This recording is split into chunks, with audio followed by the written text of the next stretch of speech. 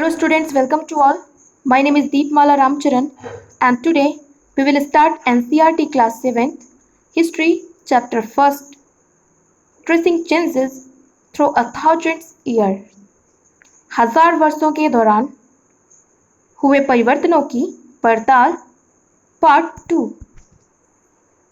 Historians and their sources. इतिहासकार और उनके इतिहास जानने के स्रोत. Historians use different types of sources to learn about the past depending upon the period of their study and the nature of their investigation. इतिहासकार किस युग का अध्ययन करते हैं और उनके खोज की प्रकृति क्या है, इसे देखते हुए वे अलग अलग स्रोतों का सहारा लेते हैं. Last year, for example, you read about rulers of the Gupta dynasty and Harshvardhan. In this book, we will read about the following 1000 years from roughly 700 to 1750.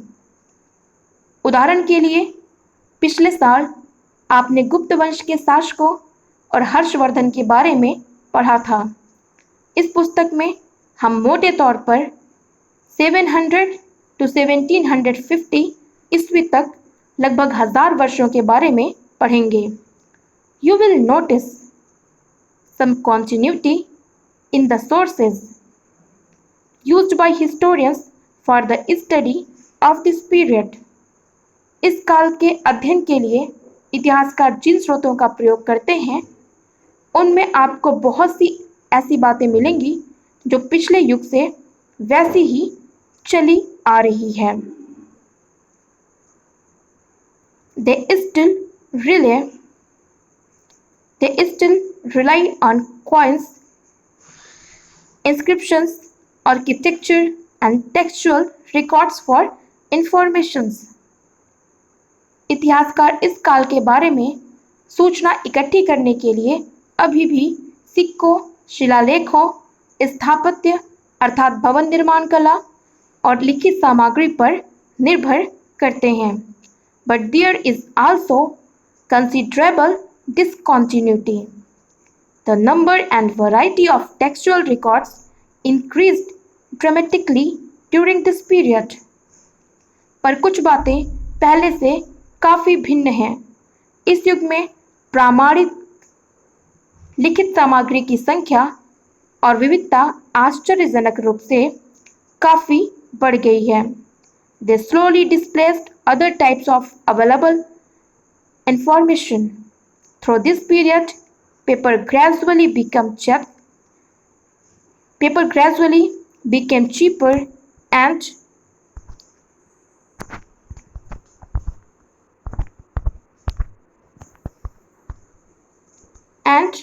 more widely available. इसके आगे इतिहासकार सूचनाओं के दूसरे प्रकार के स्रोतों का इस्तेमाल धीरे धीरे कम कर देते हैं.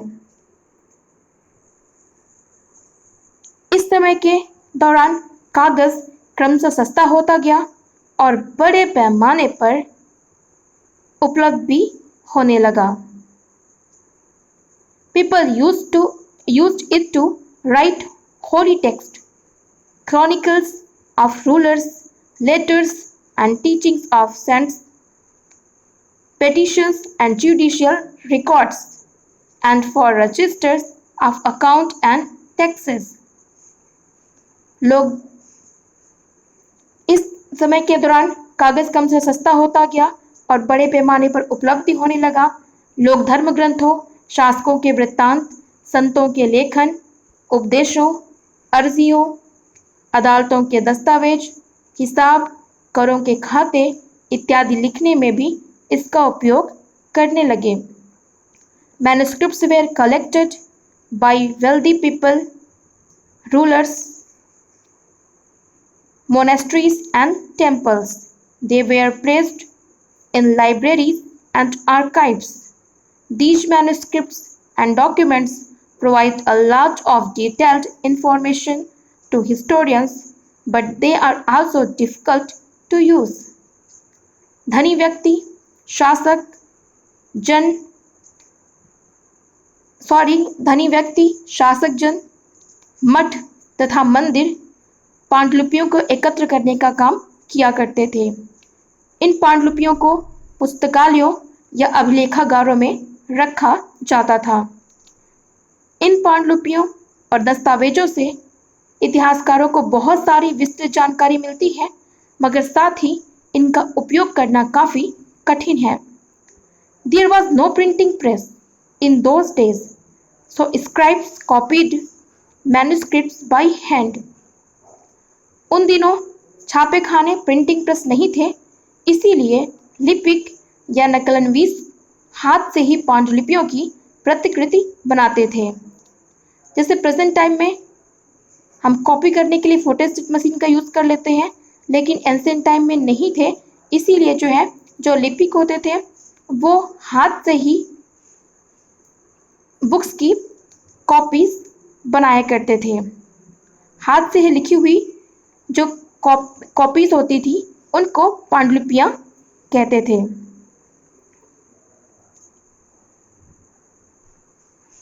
If you have ever copied a friend's homework, you would know that this is not a simple exercise. अगर आपने कभी किसी मित्र के होमवर्क की गृह कार्य की नकल उतारी है तो आप जानते ही होंगे कि यह काम भी आसान नहीं है।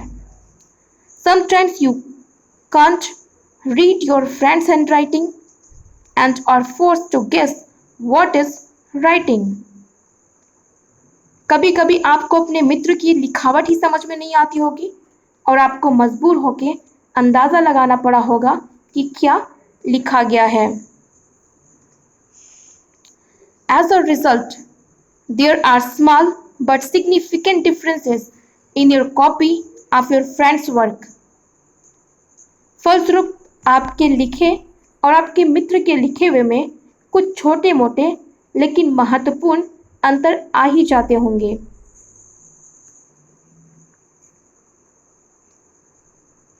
As scribes copied manuscripts, they also introduced small changes, a word here, a sentence there. प्रतिलिपियां बनाते समय लिपिक छोटे मोटे फेरबदल करते चलते थे, कहीं कोई शब्द तो कहीं कोई वाक्य। These small differences grew over centuries of copying until manuscripts of the same text became substantially different from one another.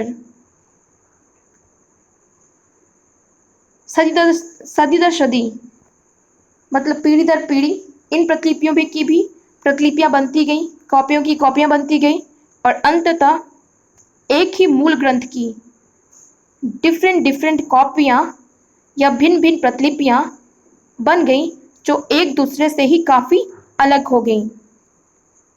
This is a serious problem because we rarely find the original manuscript of the author today.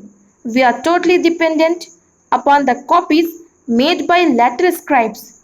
As a result, historians have to read different manuscripts version of the same text to guess what the author had originally written.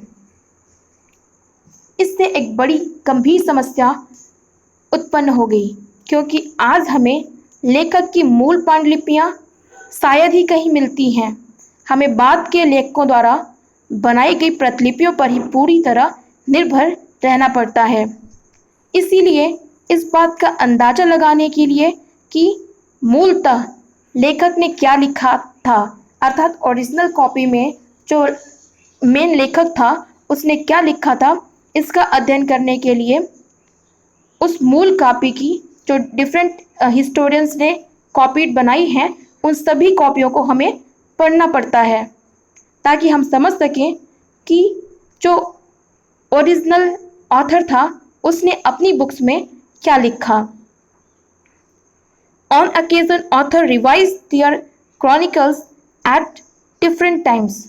कई बार लेखक स्वयं भी समय समय पर अपने मूल वृत्तांत में संशोधन करते रहते थे। The 14th century chronicler Ziauddin Barni wrote his chronicle first in 1356 and another version 2 years later. 14वीं शताब्दी के इतिहासकार जियाउद्दीन बर्नी ने अपना वृत्तांत पहली बार 1356 में और दूसरी बार इसके 2 वर्ष बाद लिखा था। The two differ from each other, but historians did not know about the existence of the first version until the 16th century. It remained lost in large library collections. दोनों में अंतर है, लेकिन 1971 तक इतिहासकारों को पहले वाले वृत्तांत की जानकारी नहीं थी। यह पुस्तकालयों के विशाल संग्रहालय में दबा हुआ था। यह पुस्तकालयों के विशाल संग्रह में दबा पड़ा था। Now new social and political groups, नए सामाजिक और राजनीतिक समूहों के बारे में हम कल से फिर से कंटिन्यू करेंगे। इसके पहले हम फिर से लास्ट पेज पे चलते हैं और कॉर्नर्स में जो इम्पोर्टेंट थिंग्स दिए हुए हैं उनको एक बार देख लेते हैं। फर्स्ट पेज पे है the value of paper, paper का अर्थात कागज का मूल्य। कंपेयर द फॉलोइंग, इन दो प्रसंगों की तुलना कीजिए। In the middle of the 13th century, a scholar wanted to copy a book, but he did not have enough paper, so he was the writing of a manuscript he did not want, tried the paper and used it. 13वीं सदी के मध्य में एक विद्वान को एक पुस्तक की प्रतिलिपि की जरूरत पड़ी। उसके पास उतने कागज नहीं थे, इसीलिए उसने एक ऐसी पांडुलिपि को धो डाला जिसकी उसे ज़रूरत नहीं थी और उसके कागज को सुखाकर उसका इस्तेमाल किया। Second, a century later, if you bought some food in the market, you could be lucky and have the shopkeeper wrap it for you in some paper. और एक ही सदी बाद अगर आप बाजार से कोई खाद्य पदार्थ खरीदते हो तो हो सकता है कि आपकी किस्मत अच्छी होती है और दुकानदार वह वस्तु कागज में लपेट कर देता है। When was paper more expensive and easily available? In the 13th century or the 14th century? तो कागज कब अधिक महंगा था और कब आसानी से उपलब्ध था, 13वीं शताब्दी में या 14वीं शताब्दी में? नेक्स्ट है आर्काइव, अभिलेखागार। A place where documents and manuscripts are stored. Today, all national and state governments have archives where they keep all the old official records and transactions. ऐसा स्थान जहाँ पर दस्तावेजों और पांडुलिपियों को संग्रहित करके रखा जाता है उन्हें अभिलेखागार कहते हैं। आज सभी राष्ट्रीय और राज्य सरकारों के अभिलेखागार होते हैं जहां वे अपने तमाम पुराने सरकारी अभिलेख और लेन देन के ब्यौरों का रिकॉर्ड रखते हैं। Now figure 1, a painting of a scribe making a copy of a manuscript. This painting is only 10.5 centimeter by 7.1 centimeter in size. Because of its size, it is called a miniature. Miniature painting were sometimes used to illustrate the text of manuscripts. They were so beautiful. The later collection often took the manuscripts apart and sold just the miniature. यह एक लघु चित्र की प्रतिकृति है जिसमें एक लिपिक किसी पांडुलिपि की नकल कर रहा है। इस चित्र का आकार मात्र 10.5 इंटू 7.1 सेंटीमीटर है इस छोटे आकार के कारण इसे लघु चित्र या मिनिएचर कहते हैं। कभी कभी इन लघु चित्रों का प्रयोग लेख में आई पांडुलिपियों को स्पष्टता प्रदान करने के लिए किया जाता था। ये इतने सुंदर होते थे कि आगे चलकर संग्रहकर्ता अक्सर इन चित्रों को पांडुलिपियों से अलग करके बेचने लगे थे। नाउ आज के लिए बस इतना ही। आज के लेक्चर वीडियो से कोई रिलेटेड क्वेरी हो तो आप मुझे नीचे दिए गए कमेंट बॉक्स में लिखकर पूछ सकते हैं। Thank you.